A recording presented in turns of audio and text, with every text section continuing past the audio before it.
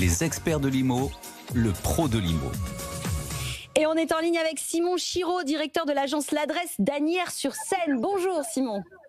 Bonjour Marie. Bon, je le disais, oui, bonne année, je vous ai coupé la parole, bonne année, bonne santé, tout ce qui va avec.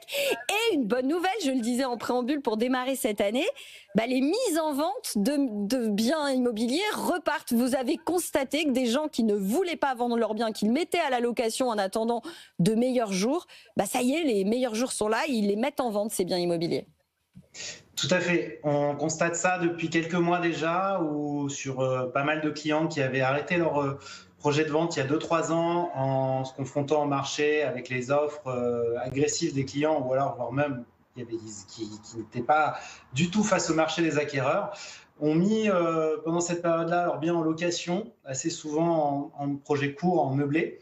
Et là aujourd'hui, par rapport à un marché 2025 qui a été un peu meilleur que 2024, avec des biens qui ont été vendus plus nombreux, se reviennent sur le marché et du coup se reconfrontent aux acquéreurs. Mais ça veut dire quoi? Ça veut dire que finalement, ils se disent que ça y est, finalement, ils vont pas perdre de l'argent, parce qu'il y avait ce sujet-là.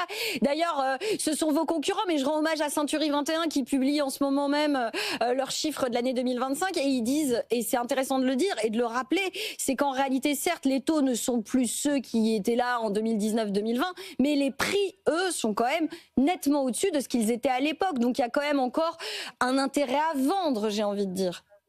C'est ça. Aujourd'hui, les prix se maintiennent sur notre secteur, effectivement, donc il y a un vrai intérêt à vendre. Et puis après, le retour en fait de ces vendeurs-là, il y a deux choses. Il y a les gens qui avaient la possibilité d'attendre et qui voient une opportunité. Aujourd'hui, on va dire, ça va être des gens qui étaient plutôt investisseurs, qui revendent leur portefeuille, mais on a aussi d'autres clients qui ont été hyper résilients, qui étaient dans des situations compliquées durant ces 2 années et qui sont obligés de revendre aujourd'hui. Ça, c'est des situations personnelles compliquées, vous voulez dire des séparations, etc., c'est ça? On a des cas, nous, avec des clients qui sont séparés depuis 2 ans, mais qui continuent à vivre ensemble. On a d'autres clients qui avaient un enfant qui cherchait à s'agrandir, mais qui depuis 2 ans en ont 2. Et ils ne peuvent plus pousser les murs aujourd'hui. Donc, ils sont obligés de se confronter à ce marché-là. La bonne nouvelle, c'est que, comme on le disait, comme 2025 a été plutôt meilleur en termes de nombre de ventes, le stock de vente de biens a plutôt descendu. Et on a tendance maintenant, face à des acquéreurs, à rééquilibrer un marché au niveau de la négociation entre vendeurs et acquéreurs, ce qui est hyper dynamique pour le marché.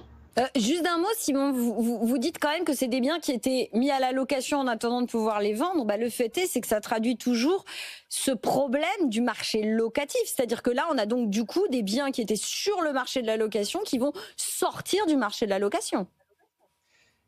Oui, exactement. Ce qui va mettre encore plus de tension. Maintenant, effectivement, ce qui va peut-être être compensé un tout petit peu avec l'évolution du DPE depuis le 1er janvier, qui va nous permettre de retrouver quelques biens qui étaient chauffés à l'électricité dans le marché locatif, mais qui va aussi pousser certains vendeurs ou certains propriétaires qui avaient perdu de valeur par rapport à une note de DPE inférieure à repartir sur le marché de la vente. Donc pour vous, cette réhabilitation, c'est hyper intéressant ce que vous me dites, Simon. Je ne comptais pas vous interroger là-dessus, mais du coup, vous me cherchez, vous me trouvez. En fait, cette bonne nouvelle sur le diagnostic de performance énergétique et la réhabilitation de l'électricité depuis le 1er janvier, au lieu finalement de remettre des biens sur le marché de la location en faisant passer des biens qui étaient passoires thermiques en biens pas passoires, finalement, ça pourrait inciter les propriétaires de ces biens-là plutôt à les mettre en vente parce qu'ils vont récupérer de la valeur? C'est une chose. Nous, on espère effectivement qu'ils trouveront des investisseurs qui remettront ces biens à la location, puisqu'aujourd'hui, c'est ces investisseurs-là qui étaient sortis du marché et qui n'allaient plus vers ces biens-là qui étaient inlouables. On va voir ça, on l'espère. En tout cas, on croise les doigts. Merci Simon. Simon Chiraud, directeur de l'agence L'Adresse d'Asnières-sur-Seine.